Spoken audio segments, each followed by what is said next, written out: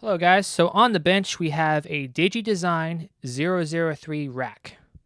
What this is this is a, I'd say semi-professional audio interface from 2007, 2008 that would be used in Pro Tools environments. So in the studio or home studio, if you are rocking a Pro Tools setup, this would have been the interface offered by Pro Tools at the time. They're called Avid, but back in the day, they were Digidesign. That was basically their brand that made all their A to D and D to A converters. So this features 4 microphone inputs, so it has 4 mic preamps, I believe. Yes, it does.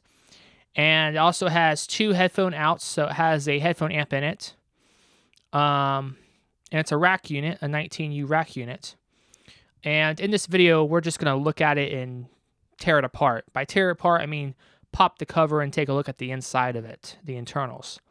I will be sending this unit to Audio Science Review to be measured. That's going to be a while because I have to have the money to ship it out to Seattle. But I am going to do that. So when this unit gets measured, it will be my unit. When I do take the lid off, we're not going to do anything that would modify or damage the unit in any way or affect the performance results. We're just going to pop the lid and take a look at the inside. We're not going to tear the whole thing into pieces. I got this unit because I know a particular famous rapper that uses this unit, and I just had to have it in my arsenal. It interfaces via firewire. I don't really have a computer that has firewire, but it also has SPDIF out, I believe, on the back, so we can interface it that way to like a Lynx Hilo or something like that. So I'm going to get you guys a better camera angle, and you guys are going to take a look at the front and the back of this unit, and then we're going to pop the lid on it. Okay, so here's the front of the unit. I don't know how crooked my camera is, so excuse me if it's not particularly level. We have a power on and off button, which currently I have it unplugged. We have our knobs for our 4 microphone inputs. So these right here will adjust the gain. Now, the preamps on this aren't going to be particularly good. People that use this are generally going to connect outboard gear directly into the straight inputs. But you have mic and DI. You have a high-pass filter.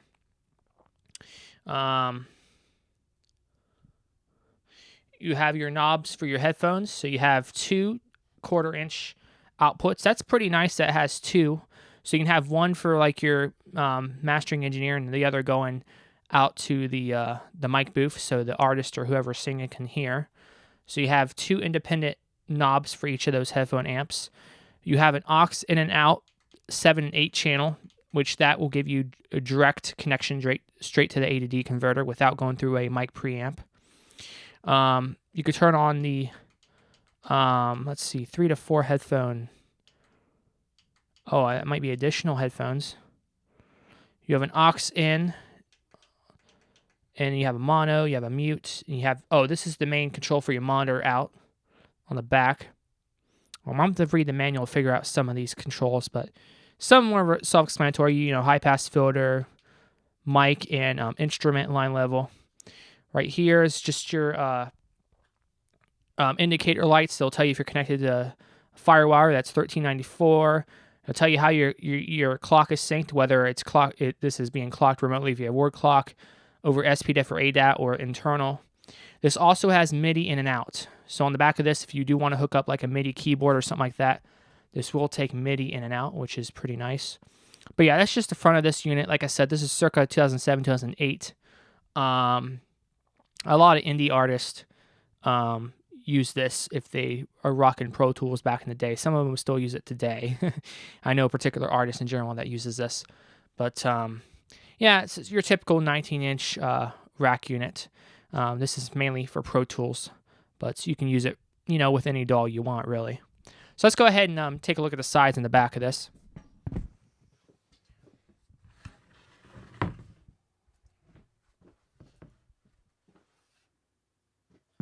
So on the sides, both sides is just going to be this. It's heavily ventilated on the sides, which is really nice.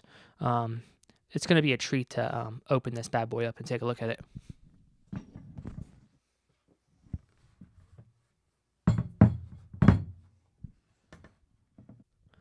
This is the part you guys have been waiting for, the meat and potatoes. So here is the DI. This just means usually you're going to connect a 1/4 inch TRS. This is mainly for instrument level. So that button that you saw on the front, that toggle between mic and DI, you either connect a microphone here or you connect an instrument. That's what that's for. You don't really want to connect the line level to these because these 4 inputs right here are going through a mic preamp. So if you want to use the built-in preamps on this, you would connect your microphone to here. I don't really recommend it. I recommend connecting an outboard preamp directly to one of the line inputs. Right here, you can toggle phantom power on and off for these 2 mics and phantom power on and off for these 2 mics. They don't have phantom power separate for each one. They have it in the pairs there. Right here, you have 4 more additional 1/4 inch inputs. These are line level. And you can adjust them. Either you want -10 or +4. So -10 would be like an RCA level input. +4 is more of a professional line level input. And you can, of course, toggle what input type you're using, whether it's consumer or professional. You have a Kensington lock. You have a foot switch. You have your firewire connectors right here. Firewire is pretty old school, but I might be able to get like a PCI Express card or something like that so I can make that available to me. And here you have all your various inputs. Okay? Now, if you're connecting this, the way to connect this, the proper way to connect this is you're going to want to go in. Oh, these are your outputs. Sorry, I'm dumb. These are all your outputs. So you have 8 outputs, and then you have your main monitor output right there, which is controlled from the front. You have your MIDI in and out. You have 2 outputs. You have a nice socketed power jack, which is nice. You have word clock in and out. And you have SPDIF in and out. So if I wanted to, I could connect this to my Lynx Hilo and be able to get its output from it just by going SPDIF out. You also have Toslink in and out, which I believe this is the ADAT variant. But here's your inputs. I'm sorry. I apologize. These are your outputs right here. Yeah, those are all your outputs. That's your monitor. And then you have auxiliary in. So if you are going to use an outboard preamp, you're going to want to use an XLR to TRS cable and directly bring that line level directly into the auxiliary input.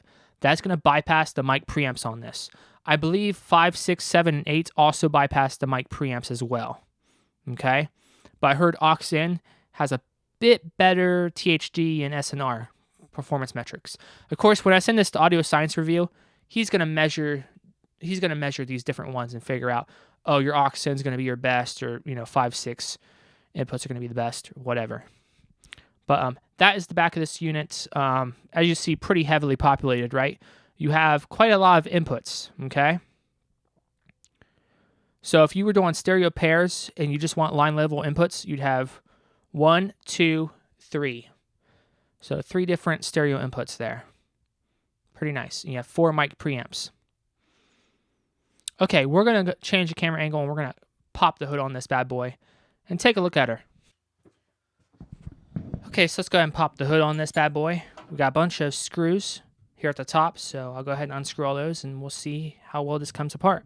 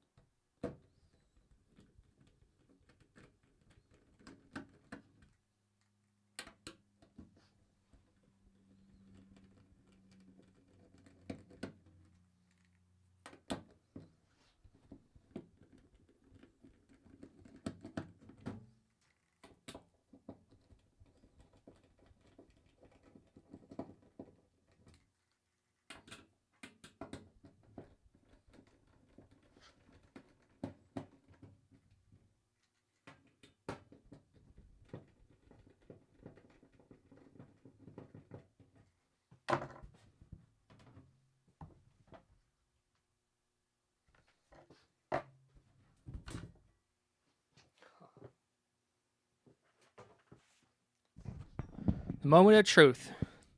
The lid is off, and boy, oh boy, is she populated. Wow. So you got a lot of wires in this. So there's your power supply. Wow. The chassis is grounded. Wow.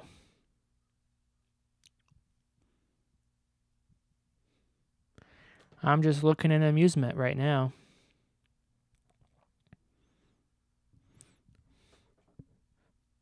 Copyright 2007, a division of Avid. Yep. Digidesign. Analog Digi003. This is the analog board. Oh, yeah. Oh, we got a big analog devices DSP chip over here. We have some Hynix. That's probably some RAM or some flash storage. Maybe the EEPROM stored on it. Got another processor board. So we have an analog devices ADSP-21065L. So that's our main DSP processor. We have another chip, an Altera Cyclone number 2. We have an NXP PDI-1394L. Here's all our A to D and D to A converters right there. Yep, D to A, D to A, D to A, A to D, A to D, A to D. Yep, Cirrus Logic. We'll get. Of course, I'll try to get you guys some close-ups. I'm just looking over the board right now. LED board right there. Yeah, it's populated. It's a beauty. So I'm gonna try to get another camera angle. So our D to A's are right here. Our DACs, channel 1 and 2. It says right here, DA channel 1 and 2, DA channel 7 and 8, DA 5 and 6, DA 3 and 4. So that would give us a total of eight inputs, 4 stereo pairs. And I can't, these chips are very tiny. These are very tiny DACs. We have line inputs. And we have our A to D over here, which those clearly, these are big, the A to D chips are bigger. And they say A to D, channel 7 and 8, 5 and 6, 1 and 2, 3 and 4. I might have to get a flashlight or something to be able to read them better. But wow. That's cool. So we have 8 outputs, 8 inputs, effectively. Engineered in USA. Obviously, it's made in China, though. Yeah. I can't really get a read on the DAC chips. I'd have to get a flashlight and read up close, so I might do that here in a second. And I'll see if I can get any readings on these. But our power supply board is over here. There is our power supply. Just it's separated from all the other PCBs, which is good. But there's our power supply.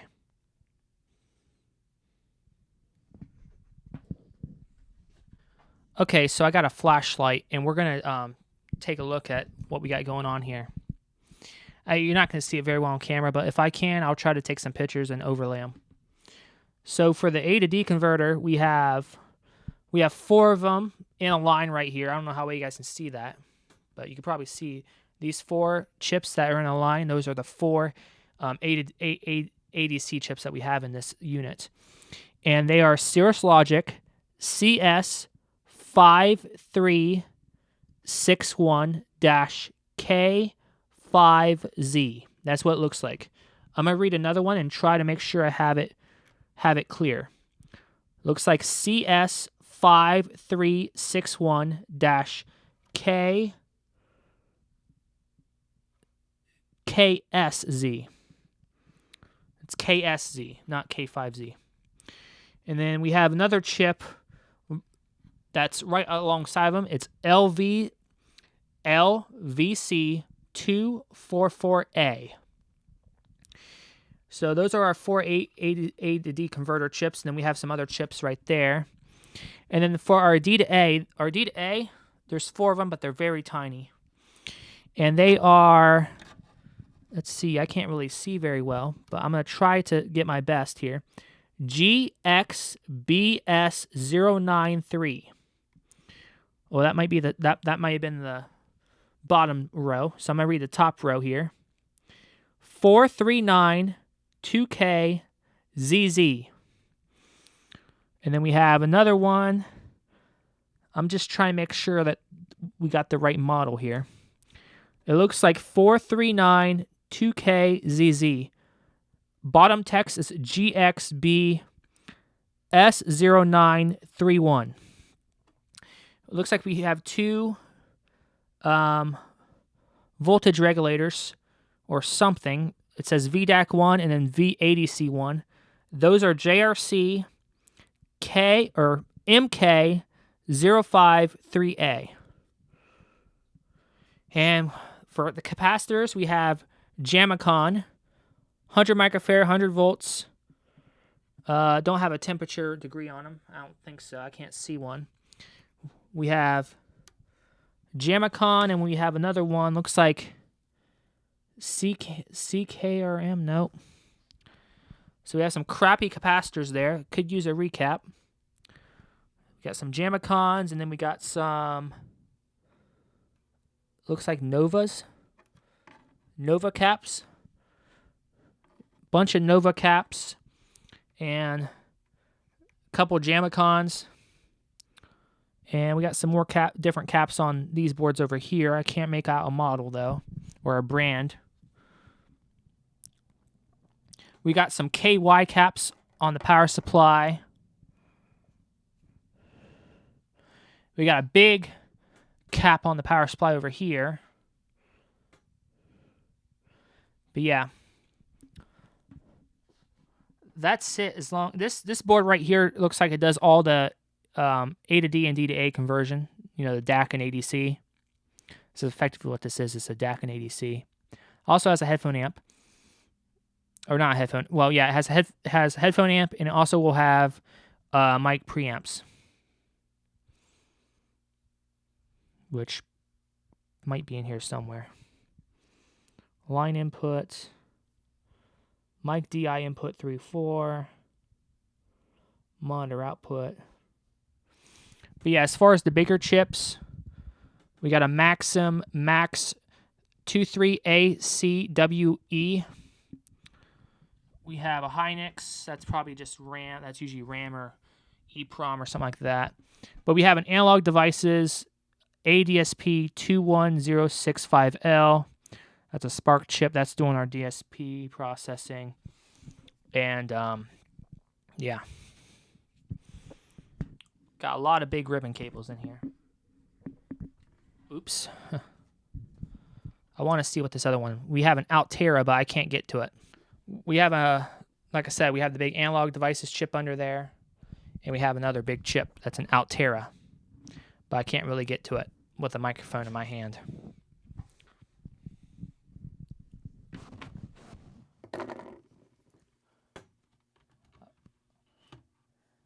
It's an Altera Cyclone 2 EP2C5 Q208C8N. We have another chip, NXP, that's the brand. It's a PDI 139-4L40BE.